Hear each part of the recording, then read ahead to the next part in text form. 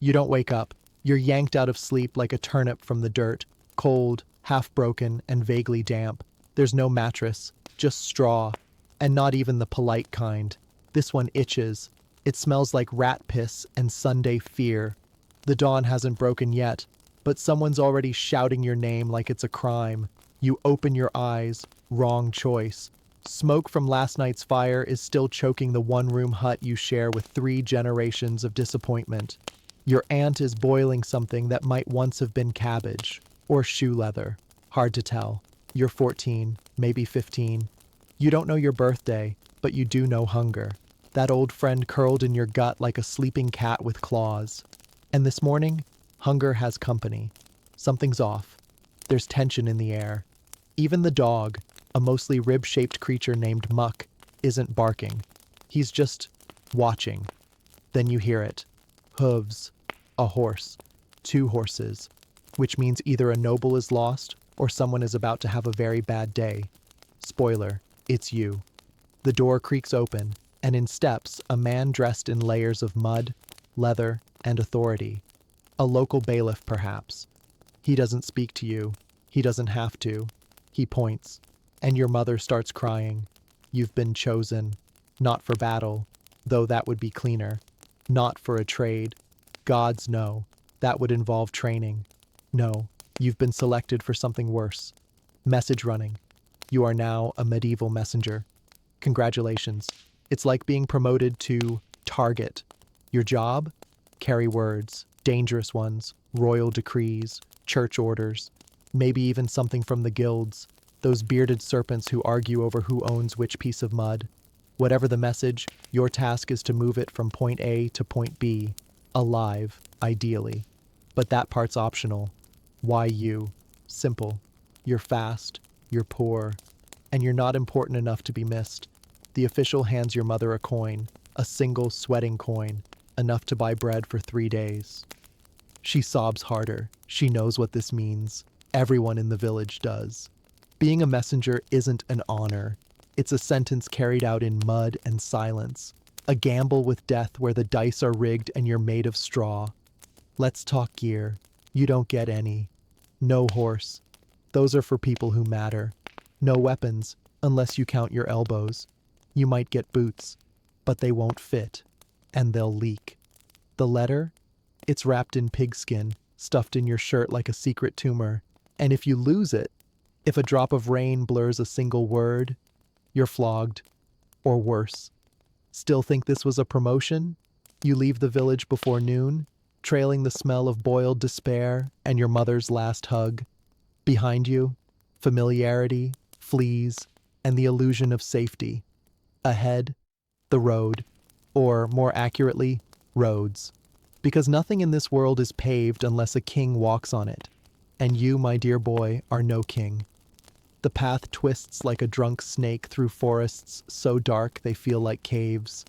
It climbs hills that exist solely to spite your knees.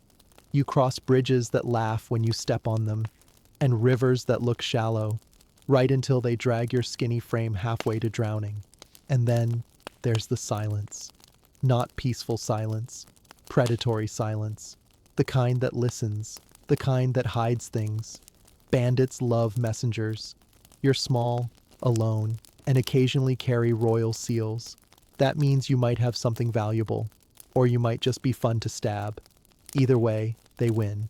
But worse than bandits? Wolves. Not just the 4-legged kind. Some wear robes, others wear smiles. Everyone wants to know what you're carrying. No one believes you when you say, I don't know. You think illiteracy will save you? It won't. Suspicion doesn't need facts. It feeds on fear. And you, child, reek of it. By nightfall, your feet are raw. Your back aches. The letter sticks to your chest with sweat, and every heartbeat feels like it might smear the ink. You haven't eaten since dawn, and even then, it was something unidentifiable wrapped in old bread. You find shelter in a barn. You think. There are shapes in the dark. Probably livestock. Possibly not. You curl under a pile of hay and try not to breathe loudly. You tell yourself you'll wake up early, beat the sun, make good time. You won't. You'll sleep through a rat nibbling your ear and wake up to find your shoe missing. You'll spend half an hour cursing a cow who's chewed your satchel. And when you finally limp back onto the path, it'll be raining. The ink will start to run. And somewhere, far ahead, a nobleman is already sharpening a very expensive knife, just in case you arrive late. Let's get one thing straight. There is no road, not in the way you imagine it. No cobblestones, no signs, no romantic trails with dappled sunlight and singing birds. No, this is the kind of path that tries to eat you. It starts as a dirt track carved by ox carts and generations of muddy regret. Then it turns into a stream, then a bog, then a suggestion. Sometimes the trail disappears completely, swallowed by brambles so thick they hum with insects and forgotten curses. And through this, you must walk. No, not just walk. You must hurry. But not too fast. Remember? Speed is suspicious. If you arrive too quickly, they might think you rode a demon horse. Or worse, that you forged the message. So you must be swift, in a believable way. Like a poor soul urgently dying of consumption, but still polite enough to limp. Let's take a moment to admire the enemies around you. First, the forest. It doesn't surround you. It consumes you. Tall, damp, and hung with vines like the intestines of some ancient god. Every shadow holds movement. Every movement could be a deer, or a bear, or something that just wants your face. You pass trees older than kingdoms, some marked with strange symbols. Avoid these, your uncle once told you. You asked why. He didn't answer. He just stared at the fire like it owed him something. Then there's the mud. It's not just wet dirt. It's sentient. It sucks your feet in with a slurp and whispers, "Stay a while." You fall. Often. Each time feels like the ground is trying to claim you. Like the earth resents your mission and wants your body back. Let's not forget the weather. Rain doesn't fall gently. It attacks sideways. Wind punches through your clothes like cold knives. The sun, on the rare days it shows up, is mostly there to bake the blisters on your back. And when night falls, it falls hard. No lanterns, no GPS. Just the moon, maybe, if she's feeling generous. You hold your breath, stepping by sound and gut. You think you hear a stream? It's a cliff? You almost die? But you don't. Not yet. Your only company on the road is pain and the occasional traveler. But don't celebrate. They're not friends. No one trusts a stranger in the woods, especially one who smells like wet parchment and desperation. Let's say you meet someone. He's wearing a cloak that might once have been blue. His beard is twitching. He asks where you're going. You don't answer. He smiles. Too many teeth. You run. You always run. But you can't run far. Because blisters. Because hunger. Because that letter is heavy. Not in weight, but in threat. You dream of dropping it. Letting the rain have it. Letting the pigs eat it. But you don't. Because they'll know. They always know. Some roads go through villages. Sounds nice, right? It's not. Villages are suspicious. Strangers are disease. The last messenger who passed through might have brought news of war. Or worse, taxes. Your presence is unwelcome. Eyes follow you. Doors shut. Dogs bark. Children throw things.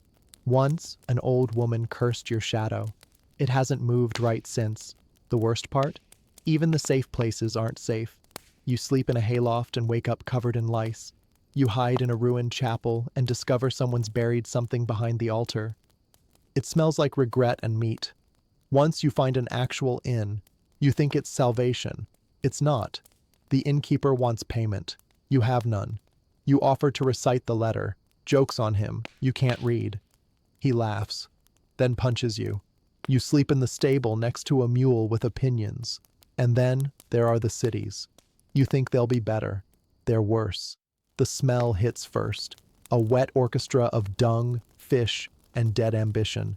Then the people, shouting, pushing, begging. You clutch the letter to your chest and try not to make eye contact. One wrong step, and you're trampled by a cart full of turnips and screaming.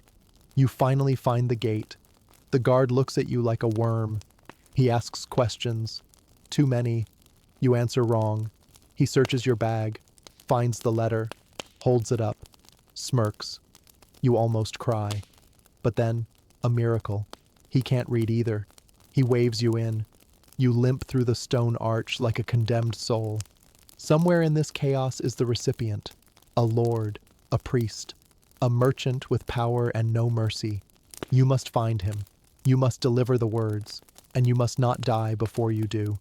Because on this road, this murderous, muddy, miserable road, everything wants to kill you.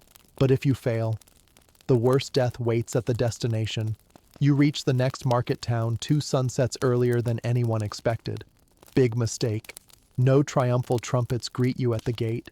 Instead, 3 militiamen stare as if you've grown an extra head. In their worldview, distance is measured by blister days. Covering 40 muddy miles in one? Impossible. Unless the devil lent you his boots. Europe has spent centuries feeding that paranoia. More than 100,000 people were prosecuted for witchcraft between 1400 and 1775. And speed, movement that seemed to mock normal human limits, sat high on the list of proofs. The guards march you to a wooden shed that smells of onions, urine, and distrust. "How did you get here so quickly?" one asks, fingers worrying a rosary for backup. You try honesty. "I just walked." Wrong answer. They trade looks, the kind men exchange before deciding whether to beat the truth or pray it out. Suddenly your legs, the same legs that carried a royal seal through bog and bandit country, have become evidence of sorcery. Why the obsession with speed? Blame the Canon Episcopi, a 10th century church text that popularized the idea of witches capable of night flights across impossible distances. If an old widow could ride the wind, why not a scruffy teenager with a letter? Over time, artists like Albrecht Dürer etched airborne crones into Europe's imagination, cementing the link between unnatural motion and diabolical pacts. So when you arrive unscheduled, locals don't picture stamina, they picture broomsticks. You try to show the wax seal, proof you're on crown business, but seals don't trump superstition. Plenty of messengers have learned that the hard way. Manuals of chivalry said, "Don't kill the messenger." Yet real lords often did exactly that when news arrived too fast or too grim. The shed door shuts. Questions start. Which road? Who fed you? What charms did you use? Every answer sounds flimsy because physics itself is the accuser. They search your satchel. Inside, the letter, still miraculously dry. A crust of bread, a pebble you kept for luck. The pebble worries them most. It's smooth, river bright, the sort of thing village priests label witch stone. One guard sniffs it, as if expecting sulfur. Another whispers about devil's tokens. You want to scream that it's just a rock, but panic catches in your throat like a fishbone. An elder barges in, half cleric, half bureaucrat, ordering them to bring you to the town hall for proper inquiry. Translation: public theater. A crowd gathers, drawn by the sweet smell of possible execution. Mothers clutch candles. Children point. Someone spits at your boots. Speed, it seems, is a luxury only angels and pigeons may claim. You're pushed onto a platform beside a wooden ducking stool, still wet from last week's test. They won't dunk you, not yet. First, the catechism of suspicion. Did you consort with spirits? Can you name other witches? Did the devil mark your skin? You offer blistered heels as proof of human suffering, but they eye the raw flesh like runes.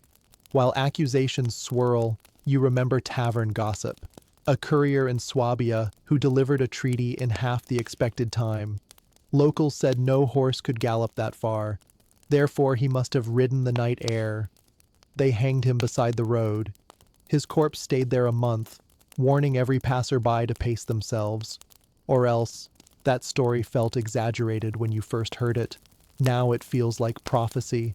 A magistrate finally inspects the royal seal. Authority hovers over him like an invisible sword. If he declares you bewitched, no one will contradict. Yet he hesitates. Executing a messenger before reading the message risks angering whoever wrote it. And kings, unlike suspected witches, can retaliate. The crowd senses the shift. Your fate depends less on theology, more on politics. He breaks the seal, skims the parchment, peers up. Urgent tax assessment, he mutters. The audience groans. Nothing shrivels a lynch mood like mundane finance. Killing you now would delay the collection, and every villager knows delay breeds harsher levies. Ironically, the very system that drove them to suspect you now demands your survival. The magistrate waves a hand. Release him. Provide fresh bread. He leaves at dawn. Instantly, the mob's fury evaporates, replaced by the collective shrug of people who still hate you, but hate back taxes more. You're dragged off the stage, not as a witch, but as a walking invoice. Night finds you in a cramped loft above the tannery. Gratis lodging, courtesy of civic guilt. The air reeks of boiled hides and lost opportunities. You flex aching calves, replaying the lesson etched into your skin. In this world, excellence is evidence. Run too slowly, and bandits gut you. Run too fast, and neighbors torch you. Survival lives in that razor-thin middle ground called ordinary. Somewhere outside, church bells toll midnight. You lie awake, counting every chime, promising your heart you'll pace yourself tomorrow. Let the mud slow you. Let the hills win. Better a blister than a bonfire. Because here, on roads where superstition outruns sense, speed can cost you your neck, and necks heal far slower than pride.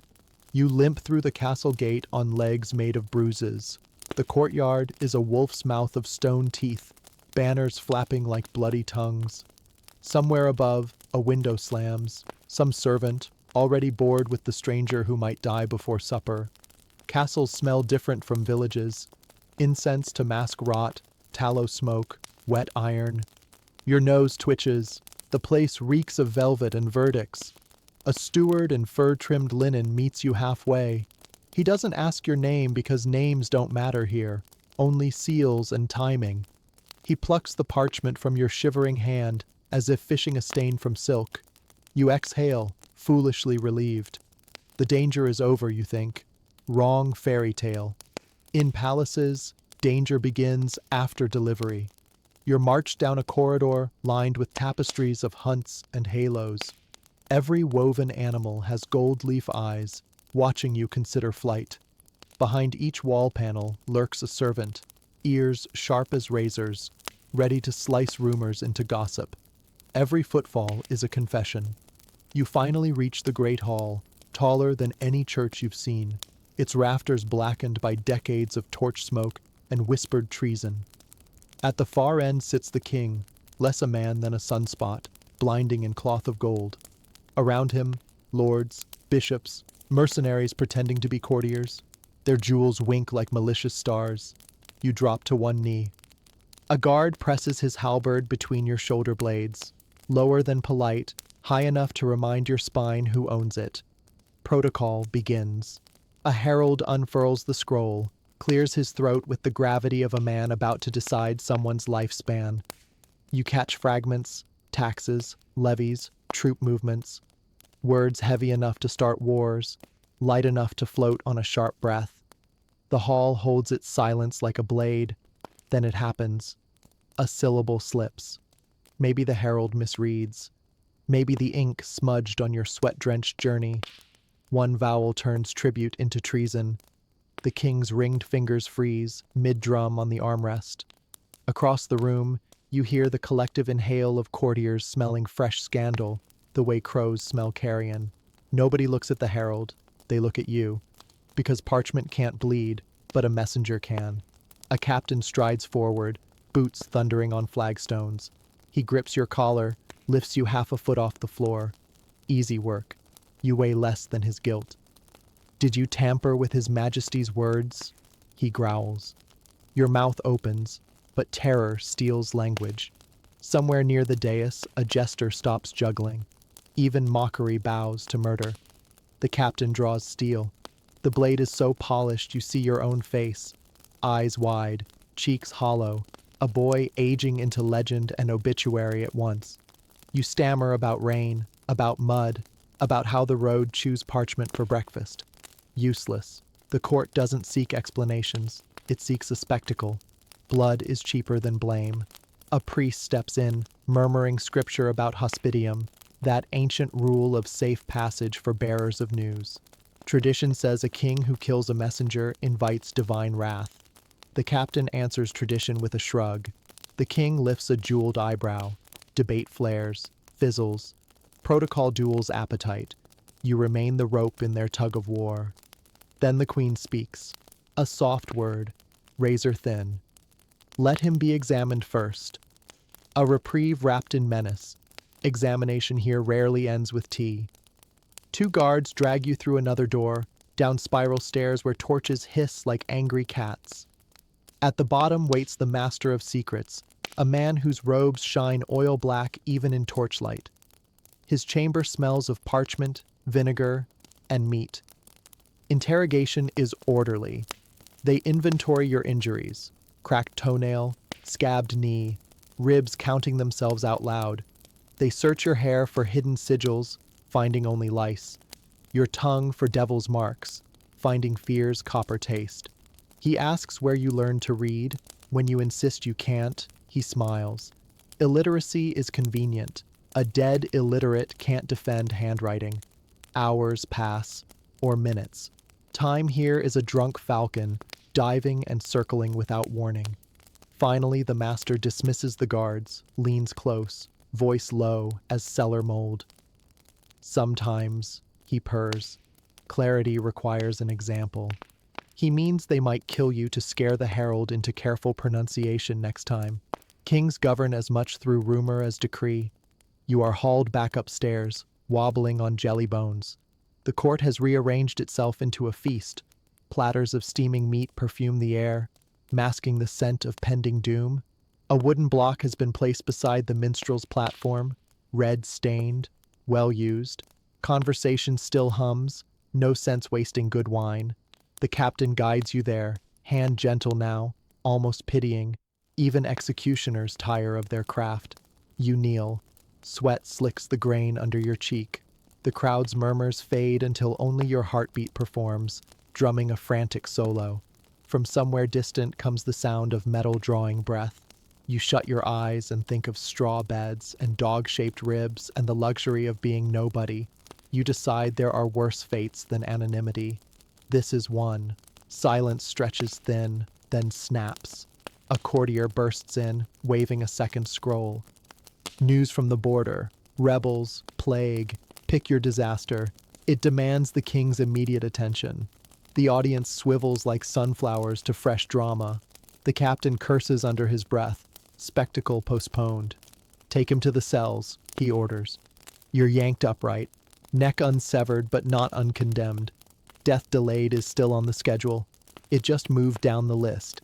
In the dungeon, chains bite colder than January water, but you're breathing. An inconvenience for tomorrow. You realize the palace is a beast with two mouths. One speaks velvet, the other devours witnesses. And you? Your dinner on legs, seasoned with secrets you never asked to carry. As torches gutter and rats discuss the menu, you cling to a single comfort. At least out on the road, the things trying to kill you felt honest. Wolves, storms, hunger. In here, every smile hides a blade, every prayer a sentence. Delivering words was supposed to grant safety at journey's end. Instead, you've reached the kingdom's stomach, waiting to be digested by protocol. Somewhere above, music starts again. The court is dancing, oblivious to the boy rotting beneath their polished boots. You close your eyes and imagine the open sky, even if it's raining knives. Better to die under clouds than chandeliers. Tomorrow, they may call you back to the block, if another crisis doesn't interrupt. A messenger's life, you learn in iron cuffs, is less about carrying words and more about becoming punctuation. Exclamation, question, full stop. Tonight, you are a comma, suspended in royal darkness, praying the sentence never finds its end. You wake to the sound of keys chewing metal. Dawn hasn't cracked yet, but the jailer's lantern already paints your cell in sickly stripes of orange and accusation. A guard unlocks the door, waves you out with the same tenderness someone reserves for shooing pigs from a turnip patch. Your legs tremble. Part hunger, part dread, part how many deaths can a boy rehearse in one lifetime? They escort you upstairs to a side chamber that smells of wax, vellum, and recent panic.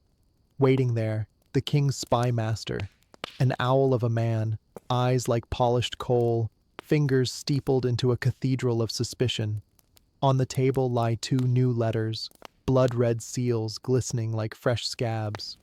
"You'll carry these," he says, voice soft enough to bruise glass. No apology, no mention of yesterday's almost beheading. Courtiers edit history faster than scribes. He gestures to a wax-stamped scroll already broken open beside him. "Read it," he orders. "I can't read," you mumble. He smiles, not kindly. "Good. Better for you." Yet as he speaks, he mouths each line, and you can't help tracing shapes in the air, guessing meanings from the rise and fall of his breath. You hear names of rebel barons, secret levies, a rumored plague ship in the south, information so sharp it can slice a kingdom's throat. Suddenly you know too much, without reading a word, which makes you dangerous. They give you new clothes, well, rags, but cleaner rags. They hand you a dagger, its edge duller than rumor. You ask why. A guard mutters, "For bandits." The spymaster adds, "Or for yourself, if captured." The advice lingers like smoke. If ambushed, carve your own throat before captors carve your loyalty. Outside the gates, the early light feels counterfeit, as if the sun itself fears involvement. You set off south, flanked by two mounted escorts whose job is not to protect you, but to ensure you either succeed or disappear. Their chainmail clinks a lullaby of conditional mercy. Hours pass. Fields roll by, gold and green, innocent of the secrets you ferry. The escort riders keep their distance, but not their eyes. Every cough they exchange sounds like a verdict. You try to forget the spymaster's words. Memory, however, is a stubborn mule. Mid-morning, the riders halt beneath an oak. One dismounts, pulls out a wineskin. "Drink," he offers. The liquid tastes metallic, medicinal. Your stomach performs a small funeral march. Poison? Maybe. Or just cheap wine. The uncertainty itself is leverage. If they wanted you dead, why waste antidote? Why waste anything? Fear is free. At noon, a peddler's cart rattles toward you. Bells tinkling, painted wooden saints bobbing like guilty witnesses. The peddler waves, eager for customers. The riders signal him away. Too risky, their eyes say. Too many ears. You learn something new. On royal roads, friendly strangers are classified as threats until proven otherwise. Proof rarely comes. Afternoon heat rises, turning air into soup. Sweat soaks the parchment strapped to your chest. You imagine the ink bleeding, letters dissolving into muddy shapes, alliances melting like candle fat. If that happens, blame will seek the closest pulse. You. You reach a crossroads shrine, a weather-beaten statue of Saint Julian, patron of travelers and repentant murderers. Fitting overlap. You kneel, pretend to pray. The riders dismount, stretch, gossip about dice games and who owes who a chicken. You overhear enough to know their loyalty to each other is rented by the week. That knowledge, too, is dangerous. Twilight arrives dressed in bruises. Crickets tune their legs. You spy a ruined watchtower ahead, your planned shelter. One rider circles the crumbled stone, checking for squatters. He whistles, all clear. A fire crackles soon, thin smoke spiraling like cautious hope. You sit apart, gnawing a strip of salt pork tough enough to qualify as armor. The younger guard plops beside you, offers bread. He looks barely 20, freckles like candle wax droplets. "Ever wonder what's in those letters?" he whispers. You swallow hard. The wrong answer could end in steel. He shakes his head before you speak. "Doesn't matter," he answers himself. "Knowing things makes life shorter." A howl splits the dusk.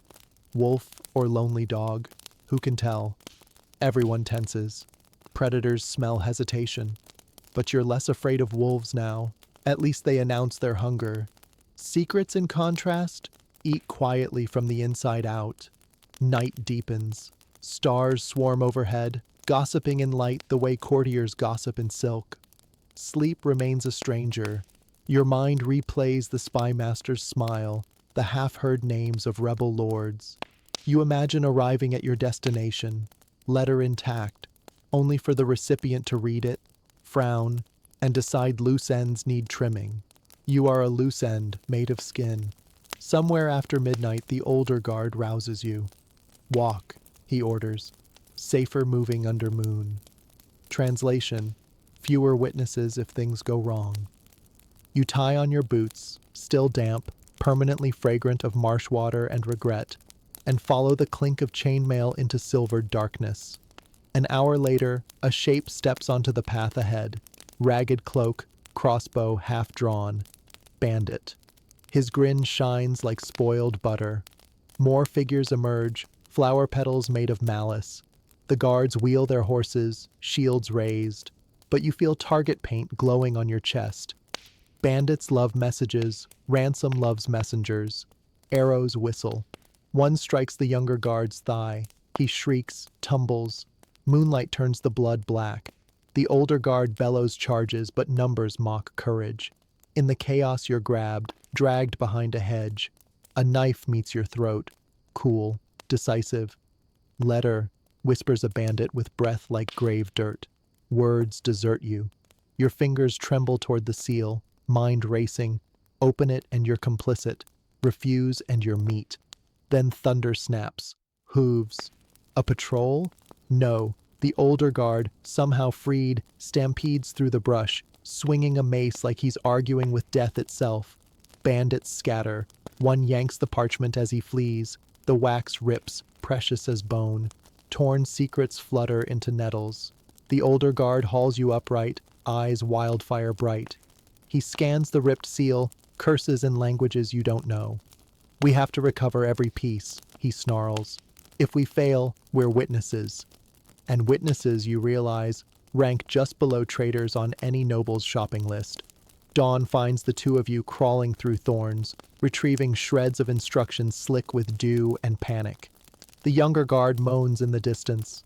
His wound festers like rotting fruit. Time bleeds. Every minute the message remains incomplete. Suspicion fattens. You finally gather the last scrap. The seal is ruined, the parchment stitched with dirt. The surviving guard studies you. Either we forge the wax and swear it's whole, he mutters, or no one reaches the city alive. His gaze weighs your future. You sense the equation. Fewer mouths, fewer stories. Simpler. He hands you the dagger meant for bandits. An invitation, or an order. You stare at the blade, see your reflection. Eyes older, mouth a thin scar of decisions no child should choose. You consider running, feet twitch, but you know too much. Knowledge has made you cargo, liability, ghost. There might be no safe direction left. Wind rustles the trees like turning pages. Somewhere far off, church bells beg daylight to hurry. You tighten your grip, not on the dagger, but on a silent vow. Whatever happens next, you will not die easy, nor cheaply. If your life must pay for secrets, you'll spend it loud enough for history to hear your name, even if the scribes spell it wrong. And that realization, sharp, sudden, feels almost like power. Rain finds you before the city walls do, first as a whisper, then as a verdict. Fat drops drum the ruined seal strapped against your ribs, smearing wax into your shirt like melted curses. The older guard, grim as a hangman, spits skyward. "Keep it dry," he growls, as if you could order clouds to mind their manners. You try anyway. You hunch. You press the packet tighter against your chest, cloth soaking through until the scroll feels warm, almost alive, an extra heart beating panic into yours. Each splash is a syllable dissolving, a secret drowning. Word by word, your life expectancy shortens. The guard eyes the sky, calculates hopelessness, then points to a half-collapsed chapel on a hill. Shelter.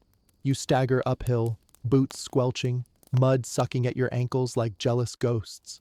The chapel door hangs from one hinge, creaking the way old bones complain.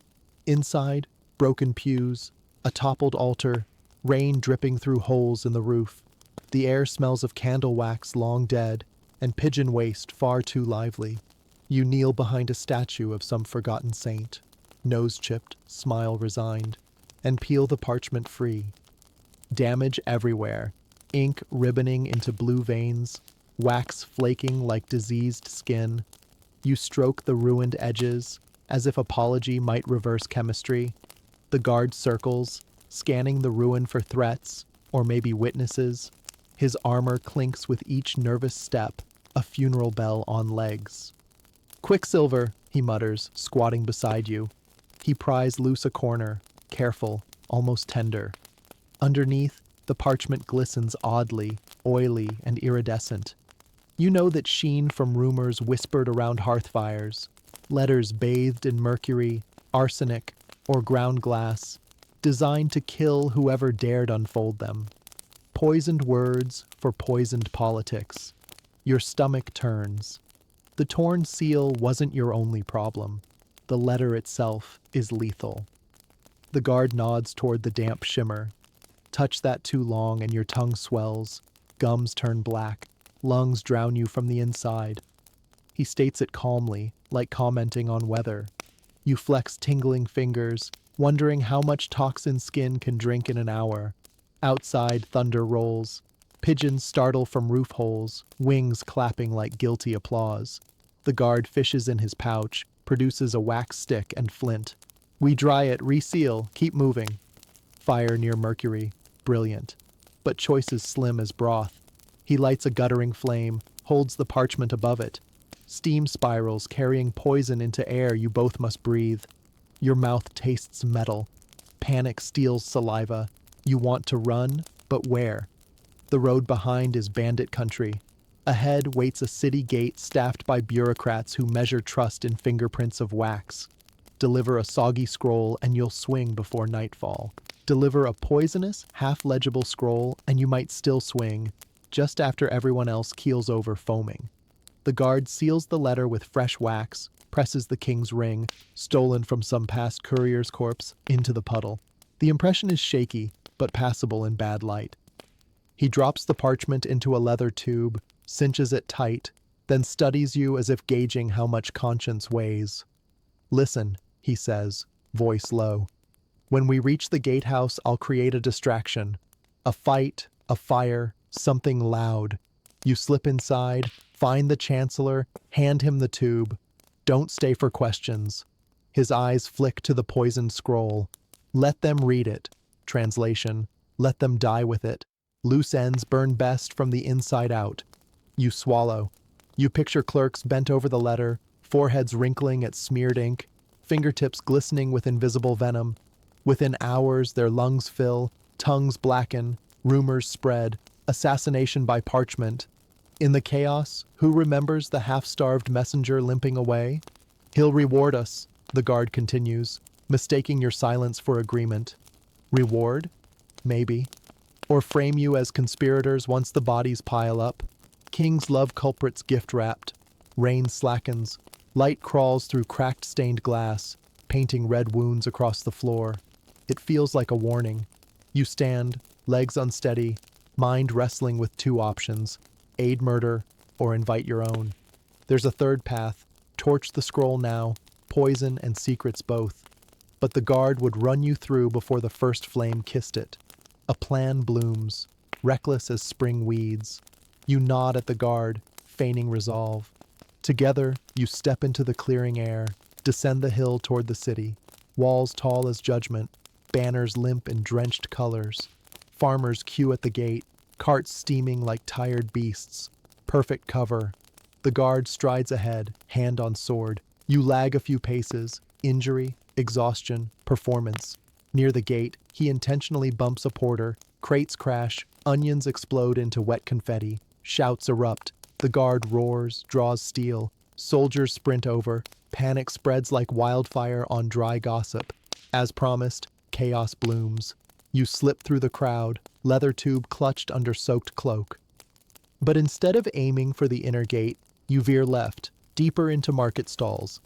Heart gallops. You imagine the guard scanning for you, fury growing. You can't outrun a horse in chainmail forever. You duck behind a butcher's awning. The butcher hacks at a side of lamb, uninterested in skinny boys who smell of rain and treason. You breathe fast, swallow bile, pull the tube free. For a heartbeat, you consider dropping it into a barrel of brine. End the story here. Yet even that might not destroy the poison. Some curious soul could fish it out. Your gaze lands on the butcher's forge, an iron box glowing ember red for sharpening cleavers. Heat strong enough to melt sin. You move. 1 step, 2. Lift the lid. Sulfur breath escapes, hot and hungry. The scroll feels heavy, heart-weighted, as if aware of its own execution. You whisper an apology meant for everyone it might have killed, then feed it to the coals. Wax blisters, parchment curls, mercury fumes hiss like devils denied. Flames surge, hungry for intrigue. You slam the lid, chest thundering. A horn blares at the gate. Guards assembling, the fight over, the absence noted, time to vanish. You steal a cloak from a laundry line, trade the guard's dull dagger for a baker's cap, slip into a knot of pilgrims heading for the cathedral. Each step away from the forge feels lighter, yet the burden hasn't left. It's moved inside your ribs, a secret unsent. Behind you, smoke coils into the morning sky, carrying with it words nobody will ever read, orders nobody will ever obey, deaths that won't happen, because a nameless courier chose fire over fear. You walk faster, blending into the city's pulse. No banner bears your sigil, no chronicler pens your deed. Yet somewhere, a king will rage at silence, a spy master will count missing pawns, a guard will curse betrayal. And you'll keep moving, always moving, because a messenger without a message is just a shadow, harder to catch, easier to forget. But even shadows cast memories, and yours whispers a vow with every footfall. Never again will you carry a letter heavier than your own life. You'd think a city that smells like fish guts and open sewers wouldn't fret over hygiene. You'd be wrong. 3 seasons back, plague nibbled half the population to the bone. Now every cough is an omen, every wheeze a prophecy of mass graves. And you, bedraggled traveler with road dust lungs, are the perfect omen in boots. Your new job, if flight and panic count as employment, lands you inside St. Gertrude's Hospice, an orphanage turned quarantine ward. You didn't volunteer. A guard caught you snoozing under a bridge, noticed your sunken eyes, decided you looked contagious. Easy sentencing, better to jail a maybe-infected courier than risk another funeral week. A friar in a mask shaped like a heron's beak greets you at the door. Inside the beak, wilted rosemary meant to filter bad air. The smell's a sickly perfume of decay and herb gardens. He taps your chest with a walking stick, as if checking for hollowness, then nudges you down a crooked corridor lined with makeshift pallets. Each pallet holds a body, some breathing, some auditioning for sainthood. Lice scuttle like commuters through hair and rags. Candles sputter in iron cages, casting a trembling light that makes everyone look translucent. Nobody talks, the friar murmurs. Words carry vapors. You nod. Silent agreement is easier when your throat burns anyway. He hands you a boiled wool blanket, stiff with prior sweat, and points to an empty corner beneath a cracked fresco of angels pinching their noses. You settle in. The blanket itches like moral judgment. Somewhere nearby, a child gasps, then quiets. Quiet can mean sleep. It can also mean the last exhale. You count heartbeats, yours, theirs, the city's, until they blur. Outside, bells toll curfew. Stay in, stay alive. Rats don't honor curfew. One skitters across your ankle, indifferent to policy. Morning arrives gray and damp. A nun passes with a wooden ladle, splashing barley broth into chipped bowls. She pauses at you, hesitating. Messengers mean news. News means visitors. Visitors mean plague. She ladles anyway, crosses herself, moves on. You sip. The broth tastes of ash and resignation, but warms your core. Across the ward, a merchant with purple velvet sleeves sneezes. Conversation freezes. The friar hovers, eyes narrowed behind that avian mask. Another sneeze, wet and violent. Two attendants haul the merchant up, drag him behind a linen screen. His protests gargle into silence. Moments later, a splash echoes. Vinegar or mercy, hard to tell. The attendants reappear, wiping knives. They tie a black ribbon to the screen. Everyone looks away. Your turn could come with one stray cough. You need out. You scan the ward, barred windows, a single door, a guard half asleep on a stool. He twirls prayer beads, lips whispering tally marks between yawns. Past him, freedom, theoretically disease-free. An idea hatches. Use their terror as key.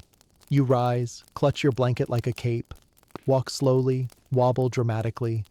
When you reach the guard, you let loose your best impression of death. Throat rattle, eyes rolling, knees buckling. He shouts, recoils, trips over his stool. Perfect chaos. "Nurse!" he yells, scrambling backward. You collapse forward, deliberately coughing, a thunderous bark aimed at the air between you. The guard flees toward the friar, screaming about the sick courier. In the confusion, you roll sideways, crawl behind a pillar, then sprint, limp sprint, through an unlatched service door. You're in a courtyard full of laundry lines, sheets billowing like surrender flags. You weave between them, stripping off hospice rags, grabbing a relatively clean tunic from a rope. It smells of lye and pigeon droppings. Luxury. You wrap a kerchief around your face, not for health, but anonymity, then hop the wall into a narrow alley, glistening with last night's chamber pots. Free again, technically. Paranoia follows close as a shadow. Every street corner crier bellows updates on contagion zones. Shopkeepers coat door frames with tar pitch, supposedly wards off miasma. A butcher waves a cleaver at anyone who so much as sniffles near his stall. You keep your breath shallow, your eyes down, your strides measured. Too fast invites suspicion, too slow invites interrogation. Mid-market, you spot a posting board cluttered with decrees. One fresh parchment bears a red seal, Royal Edict. It lists undesirables subject to immediate isolation. Near the bottom, a description uncomfortably familiar. Youth, thin, road-worn, dark hair, suspected courier of pestilence. Reward offered for capture. The city has weaponized your lungs. Panic buzzes in your ears. The crowd's chatter morphs into siren wails. You retreat down a side street, ankle deep in sludge. Overhead, church bells launch another alarm. Someone somewhere coughed. Soldiers appear like boils, helms shining, spears leveled. They form checkpoints at intersections, inspecting tongues for plague marks. You need an exit no gatekeeper controls. Old rumors surface. Smugglers tunnel beneath the southern wall, using catacombs built for saints now turned skeleton landlords. You head south, mapeless but guided by the scent of damp earth and disrepute. Alley by alley, the streets age into ruins of cobblestone and ivy. Here, plague once harvested entire parishes. Now only beggars and memories linger. You spot a stone arch half buried in moss. Candle stubs ring its entrance, a sign of recent traffic. You slip inside. Darkness swallows noise. The city's heartbeat fades to a distant drum. Your torch, stolen from a shrine, casts nervous light on walls carved with crosses and crude prayers. Libera nos a malo. Deliver us from evil. Deliver you from everything. The tunnel slopes downward, air growing wet and fungal. Bones litter alcoves, femurs stacked like firewood, skulls grinning approval. Somewhere water drips, steady as a metronome for despair. You press on until torchlight reveals a wooden hatch in the ceiling. Above, muffled clatter, carts, horses, possibly countryside. You push. The hatch groans, lifts, spills sunlight thick with meadow scent. A field stretches beyond, gold with rye, unsuspicious. You haul yourself out, replace the lid, breathe the cleanest air you've tasted since boyhood. No soldiers, no friars, No loaded crossbows, only wind and the chirp of insects too small for plague. You walk. Each step sheds city dust, hospice stench, royal bounty poster ink. Ahead lies open road. Yes, the same enemy of mud and wolves, but now it feels merciful. Out here, a sneeze is just a sneeze again, not an indictment. You laugh, hoarse, surprised, a sound rusted by fear. As you crest a hill, the city shrinks behind you, walls bowed under the weight of its own terror.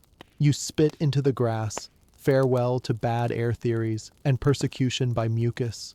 The horizon yawns wide with possibility, and for the first time since you first carried words heavier than flesh, your lungs fill without guilt. Wind tugs your hair, whispering its own rumor. Survive long enough, and even plague forgets your name. You quicken your pace, letting that hope spread deeper than any contagion ever could. You meet the girl on a fork of the King's Road that hasn't seen a wagon in weeks. She can't be more than 9, freckles star-splashed across cheeks still round with baby fat. Around her neck dangles a wooden pendant, Saint Phoebe, patron of messengers too small to protest. Over one shoulder she carries a cloth satchel twice the size of her torso, and half as heavy as your conscience. Going far? You ask, trying to sound like anything but the danger she's been warned about. She shrugs. Children in this trade learn early that distances are secrets. The fewer words you carry, the lighter the grave. A thin woman hobbles behind her. Mother, aunt, maybe stranger who inherited guardianship as payment of debt. She keeps one hand on the child's collar as if afraid the road will reach up and draft her for some other errand. When she speaks, her tongue sticks to cracked lips. They said a girl is faster, less likely to be robbed. Faster, yes, because starvation is excellent at shaving minutes off a league. Less likely to be robbed, only if you define robbery strictly as taking something valuable. In the eyes of every bandit you've met, a child's life doesn't meet that threshold. They fall in step with you because roads breed temporary tribes. The child studies your scars the way certain priests study relics, searching for miracles, or at least instructions on how to survive long enough to earn them. You want to tell her to turn back, but you remember being chosen yourself. Choice is a luxury of people whose names appear in ledgers, not mouths. Around dusk, the trio of you reaches a wayside shrine, a splintered crucifix nailed to a tree, candles melted into amber puddles at its roots. The woman stops to pray. The girl kicks pebbles in impatient spirals. You notice her shoes, burlap wrapped in twine, soles reinforced with scraps of boiled leather. One toe peeks out, indignant, already blistering. Feet that small blister fast, heal slowly, and when they fail entirely, the messenger still has to crawl. Paper doesn't care about size. Night collects you under a willow near a stream. Frogs bleat like broken trumpets. You share stale bread, each bite tasting of guilt because you've kept the crustiest piece for yourself. Experience has taught you that rank in this life is measured in softness of crumbs. The woman unwraps the girl's feet, hisses at raw skin, whispers a prayer asking God to wrap her child in wings. You don't tell her wings make excellent target practice. Before dawn, a rider barrels past in full armor, hooves kicking mud that freckles the girl's face. She doesn't flinch. Startle reflex gets worn down quick when survival requires stillness, but her eyes chase the rider into the mist. Admiration, jealousy, maybe a forecast of who will kill her when the wrong seal is spotted. Sunlight finds you trudging through a valley where wild lavender hides the smell of livestock corpses left from last year's plague. Progress, perfumed edition. A bent old man sits on a milestone, wheezing. On his lap, a scroll tied with mouse-gnawed ribbon. He waves it like a white flag. Town's only 4 leagues, he croaks. Pay you a penny to carry it the rest. You glance at the elderly legs trembling beneath him and understand. The guild hired a bargain courier, cheap because expendable, then measured the distance wrong. The man's body issued a mutiny. Penny or not, you refuse. Weight is weight, and guilt already rides your shoulders bareback. By mid-morning, you reach a toll bridge guarded by two spearmen barely old enough to shave, yet somehow already experts in extortion. They flag everyone, search for unpaid taxes disguised as letters. One spots the child's pendant, snarls that children can't be trusted because they cry under questioning. He orders her satchel opened. The widow's hands flutter like injured birds as she unties the knot. Inside, only a brittle parchment and a crust of rye. Disappointed, the guards demand coin anyway, call it a gate fee for extra inspection. The widow produces nothing but a sigh. The older guard raises a cudgel. You step forward, produce a halfpenny you can't spare, buy bruises that would have blossomed on smaller skin. Economies of mercy are always underfunded. The road climbs into hills where fog erases horizons. The old man has vanished behind you, perhaps bargaining with ravens. The widow limps badly now. Each step is a whispered apology to bones that didn't volunteer. You offer to carry the satchel. Pride tugs it back toward her chest, until pain negotiates a surrender. Its weight surprises you. Not heavy, but relentless, like memories you never asked to archive. Near the summit, a crow caws overhead. A single note, exactly like a bandit's signal you've heard before. You scan the brush. Two shapes emerge, boys maybe 15, knives shining nervous. They look at the girl first, calculate risk, then profit, then neither. Their leader's gaze lands on your cloak, measuring how much effort stands between him and whatever meals hide in your pockets. No speeches. Knives advance. The widow freezes, the girl blink quick behind her. You sidestep, fling the satchel downhill. Bandits chase parchment rather than people. Literacy can wait until loot is safe. As they sprint after it, you grab the child and widow by their wrists, drag them into the trees. Downhill you hear curses, paper ripping, the terrible silence that follows when thieves discover their prize isn't gold but obligation. You keep running until lungs char. When you finally stop, the widow sobs, grief, gratitude, exhaustion savaging one another. The girl checks her pendant, assures herself St. Phoebe stayed on duty. You realize the satchel and the message are gone. The widow realizes too. Her shoulders sag. She explains. The letter promised debt forgiveness if delivered by tomorrow's sunset. Without it, the manor will reclaim her cottage. At least we're alive, you say. She smiles wanly. Living and losing everything aren't mutually exclusive to her. Dusk again. Campfire embers tick like anxious clocks. You watch the girl sleep, face smudged, lashes clumping. Somewhere, a lord will brand her failure as laziness. Somewhere else, a scribe will note an undelivered letter and file it under peasant error. Her name won't appear in any report. Tomorrow the widow might sell her last goat and try again. The girl will follow because children follow, until her legs stop growing and start giving out. Then she'll hand her pendant to some other small courier and graduate to disposable adulthood. You lie awake listening to the widow's breaths hitch in dreams, and you wonder how many empires balance their ledgers on backs no taller than trouble. The thought sours your stomach worse than spoiled ale. You vow at sunrise to escort them to the next parish, find work in the kitchens, anything that pays in bread instead of bruises. Yet vows are soft currency on roads this hard. Still, you close your eyes and make the promise. To them, to yourself, to every tiny heartbeat drafted into someone else's ambition. Not all messages deserve delivery. Dawn unrolls itself in pale streaks, just as you, the widow, and the freckled girl hobble into the next parish, 3 scarecrows stitched together by fatigue. Your plan is simple. Hand them to the church almoner, trade a day's labor for a warm cot, move on. Plans rarely survive the rooster's second crow. The village green is already busy with spectacle. A wooden scaffold squats beside the well. On it kneels a boy no older than 15, wrists tied, hair matted by last night's dew. At his feet rests a jumble of parchment, 6 letters, all sealed with different crests, all opened, all smeared. The reeve, beef-necked and bead-eyed, waves one scroll in the air like a dead snake. "He mixed the orders," he roars. "Sent the tithe list to Lord Ferrand and the levy summons to the Millers' Guild. Chaos, loss, and mockery of His Majesty's ink." The crowd groans, some in pity, most in relief that misfortune wears somebody else's boots today. You know the script. A messenger's only shield is precision. One misdelivered line can bankrupt a manor, spark a feud, or invite plague inspectors to the wrong town gate.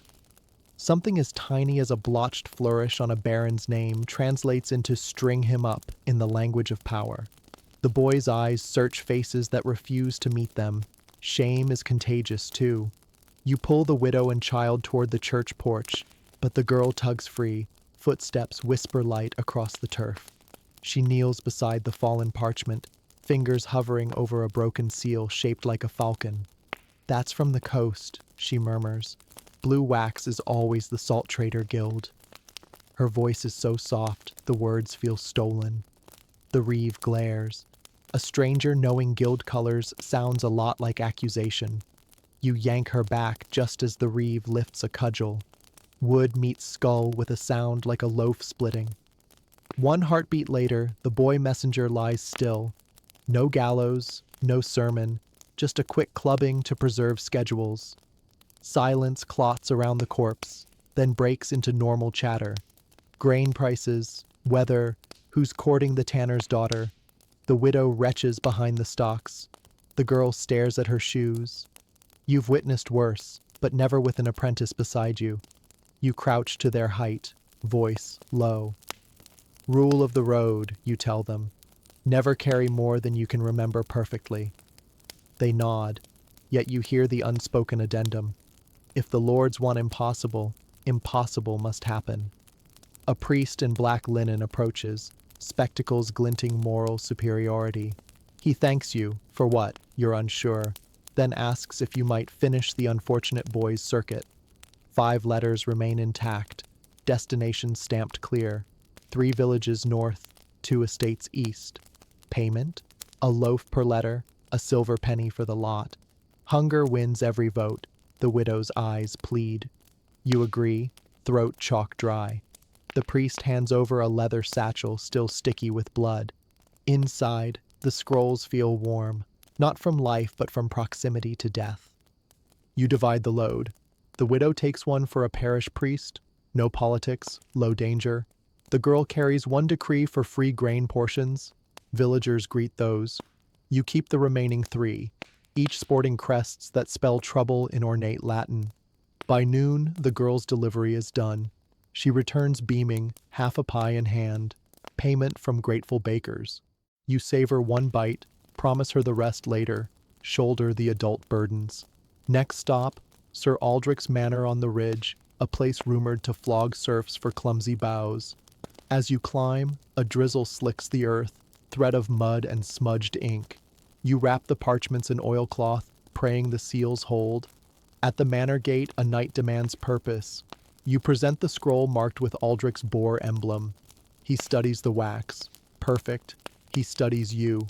Imperfect. Still, business trumps vanity. He escorts you inside a hall that smells of roast and arrogance. Sir Aldrich lounges under antlers, wine-fat and suspicious.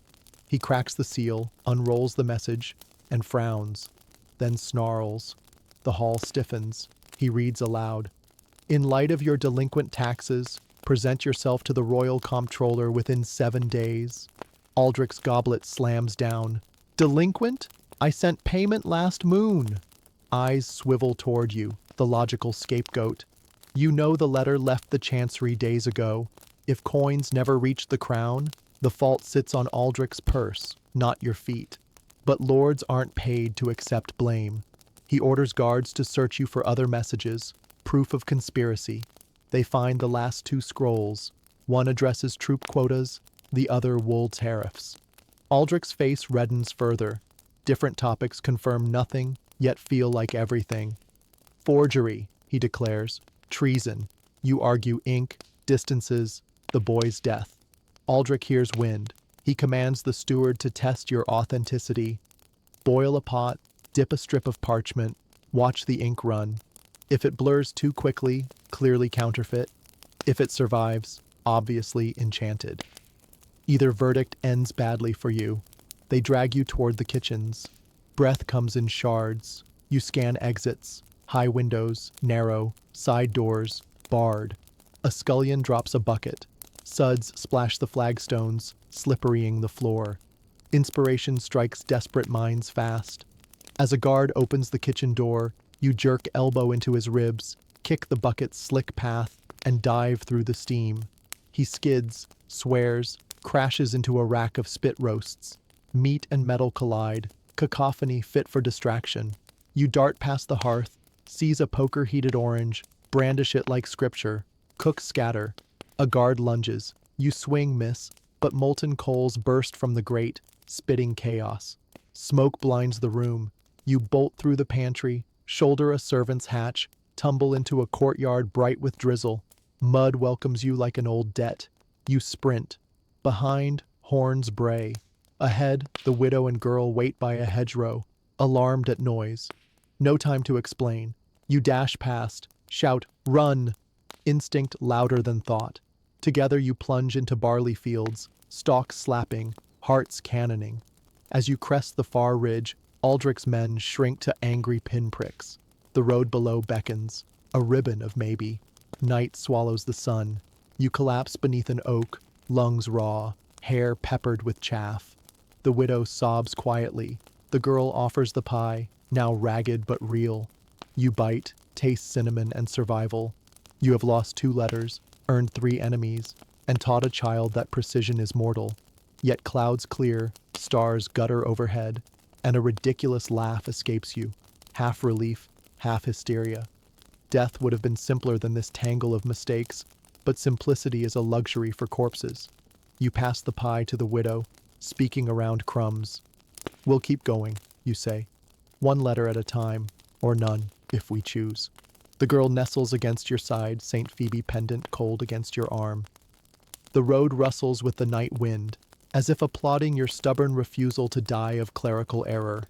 In a world where 1 wrong name can cost your head, living without paperwork is perhaps the bravest signature of all. 3 days after fleeing Sir Aldrich's rage, you learn a new rule of the road. Sometimes the letter isn't cargo, it's bait. It starts on a fog-bleached dawn with hoofbeats thundering toward your camp.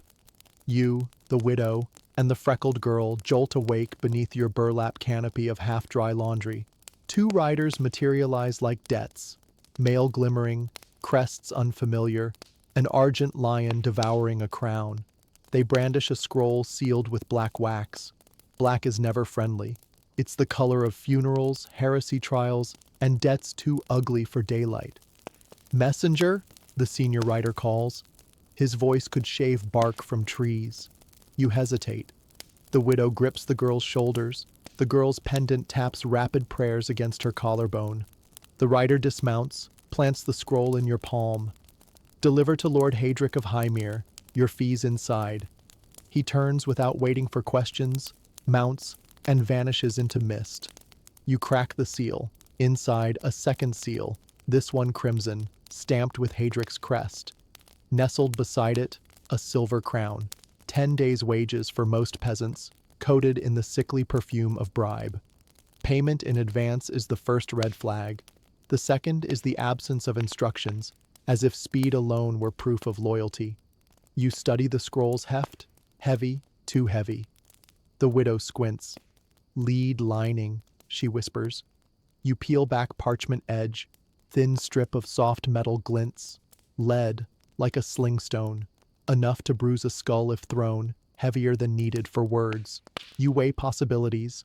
Forged message, assassination device, both. Memory claws up. A tale of Duke Osric who declared rebellion, forged a royal summons, then dispatched a courier to a rival lord. When the rival snapped the wax, the hidden powder within burst, blinding him. By the time Osric's army arrived, the castle lay leaderless and confused. The courier's body was found kneeling, throat cut, accused of sorcery. Moral: some letters explode first in politics, then in flesh. You twirl the coin. 10 days' food for 3 mouths. Hard to ignore. But conscience itches louder than hunger. Lord Hadric is rumor thick, paranoid, cruel, famed for branding messenger cheeks with his signet to mark loyalty. Delivering suspicious cargo could paint that brand permanent from the inside of your coffin. You propose an experiment. The widow fetches a stick. The girl gathers embers from last night's fire. You nestle the scroll amid coals, lead sweats, wax bubbles, parchment curls. Suddenly, a metallic crack pops. A seam splits, spewing acrid smoke. Hidden capsule, poison, powder, hard to say, but enough to coat your eyes, nose, destiny. You leap back, coughing. The girl shrieks. The widow drags her clear. When the smoke thins, only a greasy stain remains. The coin lies blackened but intact, mocking you with hunger's scent. You flick it into a puddle. Payment forfeited, lives possibly spared. Yet the riders will check the road behind. If they find no scorch marks near Hadric's gate, suspicion points your direction. You need proof you tried and failed, evidence more persuasive than ashes. Plan A, reforge a scroll. You salvage unburned parchment scraps, scribble harmless drivel, harvest tallies, pig prices, the latest Saint Day miracles. You boil pine resin, craft a crude red seal with the girl's pendant pressed for texture. Shoddy, yes, but passable to a lord half blind with paranoia. The lead? You drop a pebble inside for heft. May it rattle like your nerves. Plan B, deliver it convincingly. Hymir lies 2 valleys east, perched on cliffs like a vulture debating flight. The road there coils past swamp and quarry, excellent places for accidents if things sour. You debate leaving the widow and child behind, but the widow insists. After Aldrich, separation feels deadlier than arrows. You accept, silently cursing loyalty's weight. The journey is uneventful in the worst sense, hours to think. Each bend conjures new catastrophes. The riders returning, Hadric smelling forgery, a servant opening the scroll, sand rattling where lead should be. You rehearse lies until truth sounds foreign. Hymir appears at dusk, gray towers snagging clouds, banners drooling mildew green. Guards at the gatehouse level pikes. You present the scroll, humble posture hiding earthquake heartbeats. They wave you through, uninterested in peasants after sunset.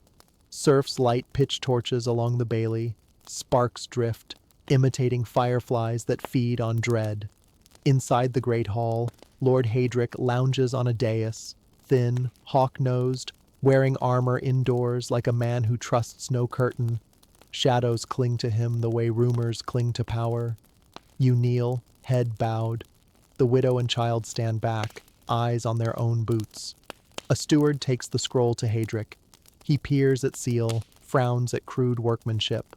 "Who handed you this?" he asks, voice as dry as December oats. "2 riders, my lord, bearing the lion-eating crown crest," you answer, steady. A murmur ripples. Everyone recognizes that sigil, House Varen, rivals who trade assassination like others trade wine. Hadric snaps the seal, unrolls parchment. Eyes sweep nonsense words. Confusion clouds his brow. He scans again, slower. The hall holds its breath. At last he barks laughter, sharp, humorless. "Grain tallies? Hedge miracles?" He crumples the scroll, flings it to the flagstones. "Varen thinks me fool enough to waste ink on jest?" The steward kneels, retrieves the scroll, shakes it. The pebble inside rattles. His face pales. He slices the parchment seam, extracts the stone. Relief flashes, no poison, just rock. Suspicion swerves toward you. Hadric stalks down, boots clapping judgment. "Why deliver mockery?" He hisses. You recite your tale. Riders, payment, sealed letter. You emphasize fear, ignorance, duty. Half-truths glow brighter when fear polishes them. The widow corroborates. The girl nods, eyes wide as moonlit ponds. Children seldom lie convincingly. Her terror is authenticity's armor. Hadric studies you long. Finally, he smirks. Varen's trick failed, thanks to a peasant's honesty or incompetence. I care not which.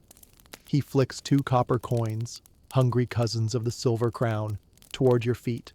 Payment downgraded from feast to crust. Now leave before my gratitude shrivels. You do not linger. Out the gate, down the slope, into trees thick with midnight. Only when the castle torches fade behind branches do your legs quake. The widow exhales a prayer. The girl presses her pendant to her lips. Saint Phoebe gets yet another overtime blessing. On a mossy log you count the copper, barely enough for supper.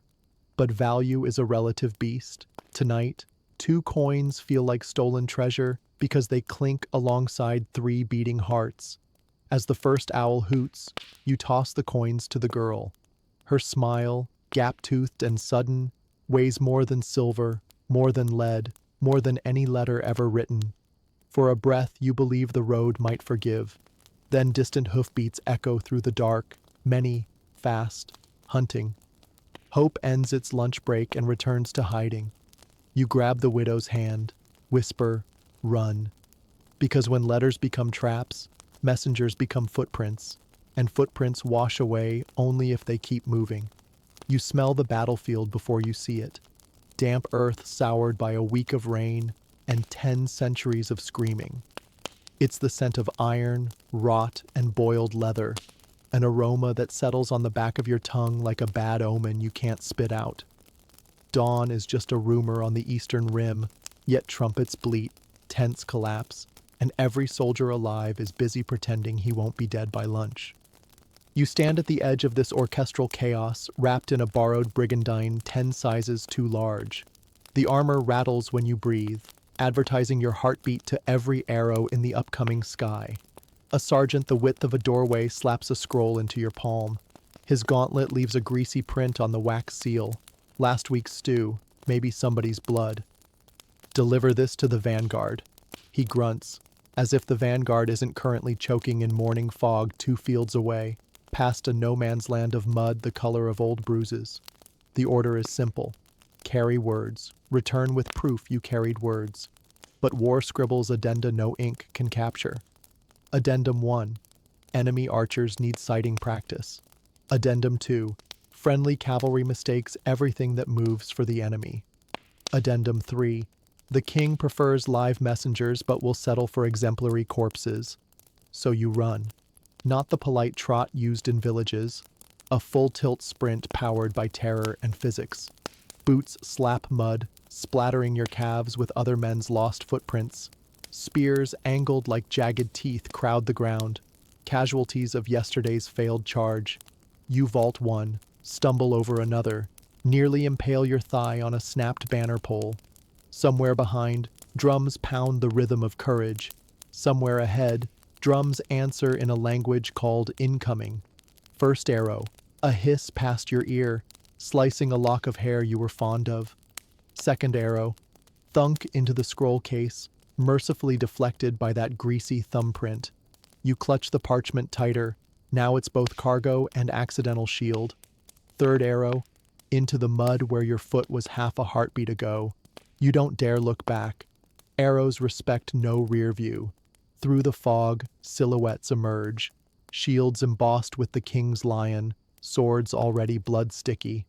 Messenger, you howl, waving the scroll like a white flag with bad handwriting. A captain intercepts you, visor up, eyes ringed with nights he hasn't slept. He breaks the seal, scans the orders, reposition pikemen, pin the enemy's left flank, pray later. He nods once, a gesture heavy with new graves. Back you go, he says. Back? The words hit harder than any arrow. You just outran death. Now you're asked to moonwalk through it. But the captain's gauntlet is already on your shoulder, turning you around, gifting you momentum. He's right. Orders mean nothing if headquarters can't verify obedience. War loves paperwork the way fire loves oxygen. So you run again, this time into an artillery serenade. Stone balls the size of toddlers crash somewhere to your right, spraying dirt and horse parts. A trebuchet groans like an old man with ambition. Its payload whistles overhead, lands where your lungs were a breath ago. Shockwave lifts you, dumps you face first into a puddle warm with something that's definitely not rainwater. You rise, spitting teeth into your palm, still intact miracle, then sprint on. Halfway back, you meet the scouts, wide-eyed lads leading lamer horses.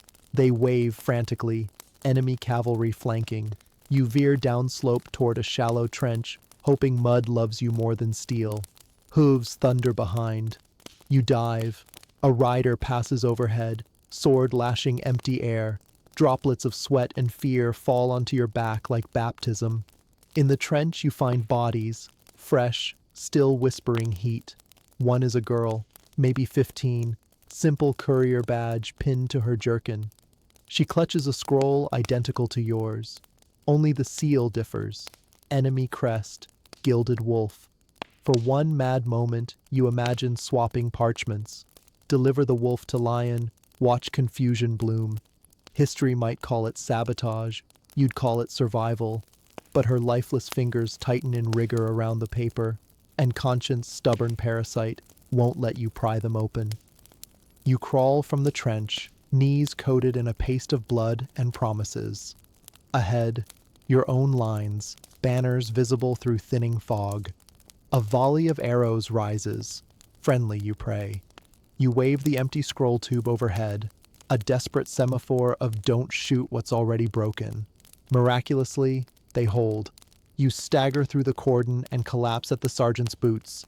He grabs the tube, inspects the pierced lid, snorts approval at the embedded arrowhead, proof of both delivery and heroism, 2 birds skewered on one shaft. Good lad, he grumbles, as if luck were a skill you trained for. He shoves a water skin at you. The liquid burns down your throat. Cheap wine, half vinegar, wholly divine. No time to rest. He thrusts another scroll forward, smaller, sealed in green wax. Diplomatic, he says, tone suggesting the word means suicidal but urgent. Destination, the enemy commander's tent under a white flag. The messenger before you tried. The arrow in your scroll tube belonged to him. Your stomach knots. Parley runs on ritual. Messenger crosses, delivers terms, returns unperforated. But rituals crack under stress, and nothing stresses men like impending defeat. You tie the flag to your spear, start the walk, slow, deliberate, palms visible. The battlefield hushes around you. Even the crows pause mid-feast to watch the gambit. Halfway across no man's land, the world narrows to heartbeat and dust. You feel every gaze, allies hoping you succeed, enemies debating whether custom outranks convenience. 10 paces from the enemy line, a crossbow clicks. Your bladder considers mutiny. A knight on the other side raises a hand. Stay, then motions you closer. You exhale a week's fear in one sigh. Inside the commander's tent, the air smells of cloves and stale anger. He's younger than you expected, eyes sharp enough to unlace armor. He breaks the green seal, reads. Something in his face tightens, neither rage nor relief, maybe both. He looks at you, almost human. Do you know what this says? You shrug truthfully. He nods, decides that ignorance is innocence. Tell your king his terms are accepted, he says. And hurry, before someone changes his mind. Outside, mercenary archers watch you leave. Their bows remain unstrung, for now. Each step back feels like winning dice rolls against cosmic odds. Behind, the tent bursts into frantic motion. Men saddle horses, drums restart. Peace or ambush. Only time will gossip. When you reach your lines, the sergeant is gone, replaced by a captain you don't know. You deliver the enemy's assent, voice cracked. He scans, snarls orders, ceasefire horns, assembly formations. Relief ripples, fragile, through exhausted ranks. Somewhere behind, stretcher bearers pause. Casualties can wait if death might too. You slump against a cart, eyeing dusk. Sun slides behind hills like coin into a pauper's hand. A private offers you bread streaked with ash. You chew slowly, tasting the quiet between thunderclaps. Tomorrow the truce might hold, or it might shatter before breakfast. Either way, messengers will run again, carrying surrender, or new commands, or just their own last words stuffed under dying tongues. War writes long letters, and somebody has to be the ink. Tonight you wrap the empty scroll case in your arms like a child and sleep beneath a sky finally empty of arrows, a heaven briefly unemployed. The road will call at dawn, but for one mercy-thin night, you are not a target, just a boy counting stars, pretending each is a promise that he'll live to see another paragraph. You leave the battlefield behind like a nightmare that forgot to clean up after itself. Tents collapsing into mud, banners drooping like wilted flowers, ravens arguing over who gets the best bits.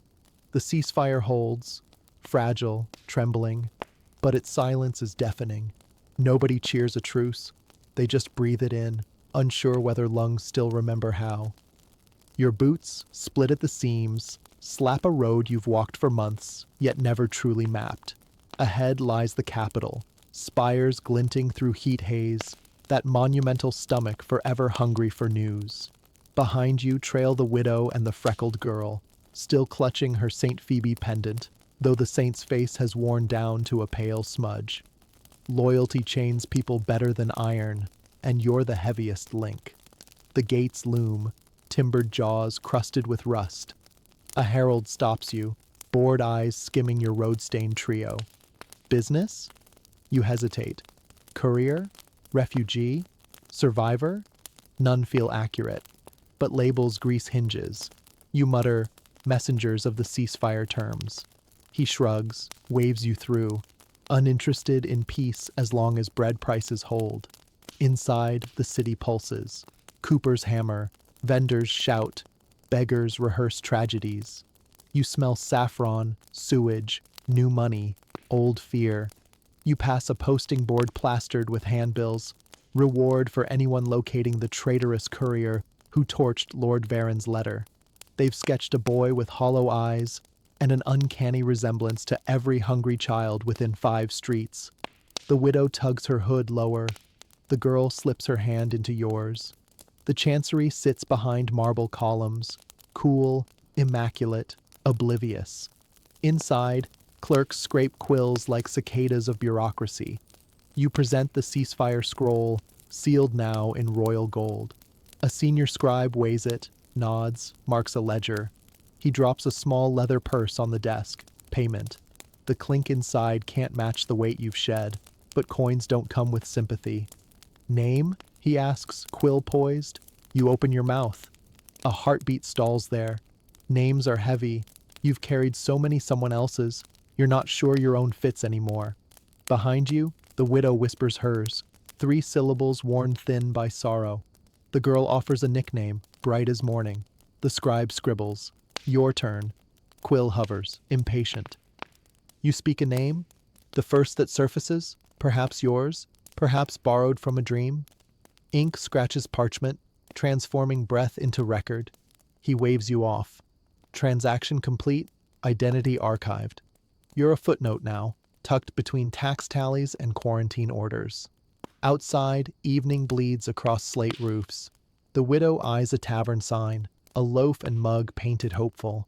You hand her half the purse, buy bread, rent a cot upstairs, sleep till noon. She protests. You insist. She hugs you, awkward, bone-tight. The girl presses her pendant into your palm. For luck, she says, although you both know luck is feral and refuses collars. You close her fingers around it, shake your head. She grins anyway, vanishing into tavern glow. Alone, you wander toward the river. Torches flicker on the parapets, their reflections rippling like second thoughts. You sit on the quay, legs dangling, coins clinking in your pocket like distant applause.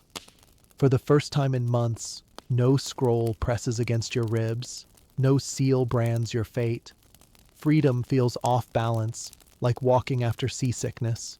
You remember faces, the boy clubbed for mixing letters, the messenger girl cooling in a trench, the older guard bleeding out in that rain-soaked chapel.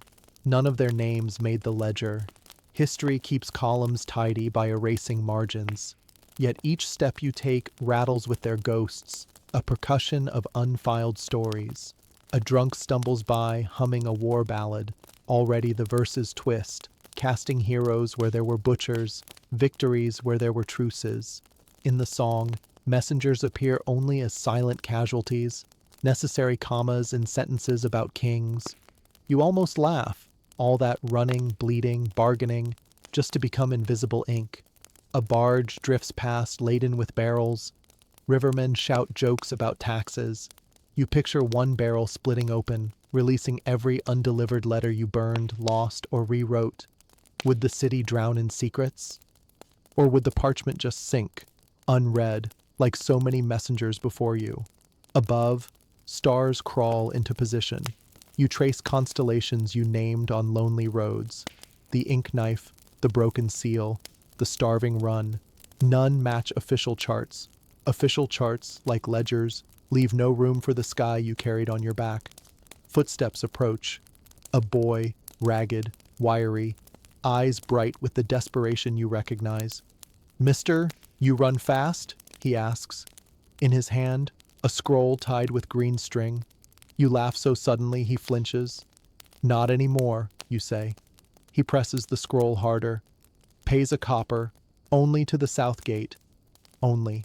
Your knees remember every mile of only. You take the scroll. Feel its lightness. No lead, no mercury, no death disguised as diplomacy. Just ordinary ink, ordinary distance. The boy smiles, vanishes. You weigh the parchment. Featherweight, almost kind. A copper won't buy much, but the road still owes you a farewell dance. You rise, tuck the scroll beneath your belt. One last run, not for kings, not for war, not even for bread, for proof that you can choose the weight on your shoulders. The Southgate lanterns beckon, swaying like slow applause. As you jog, city noises fade into the steady rhythm of breath and boot. Wind cools sweat. Night hums a tune only messengers know. Part promise, part warning, mostly heartbeat. You realize this is your legacy. A pulse against distance, a pair of sore feet carving temporary stories into mud. Names fade, pulses echo. At the gate, the watchman accepts the scroll, flips you the copper. He doesn't ask your name, doesn't care. Good. Let the ledgers keep their ink. You flip the coin once, pocket it, turn your back on the city walls, and walk into darkness unburdened. Because anonymity, once feared, is now your armor. Without a name, you can't be summoned, blamed, or buried in anyone else's history. You're just another shadow drifting across moonlit ruts. One more silent paragraph the chroniclers will overlook. And that is freedom enough. To stride beyond the margins, carrying nothing but your own heartbeat. And to know that, somewhere, a 12-year-old with freckled cheeks is sleeping safe because you dared to stay unread.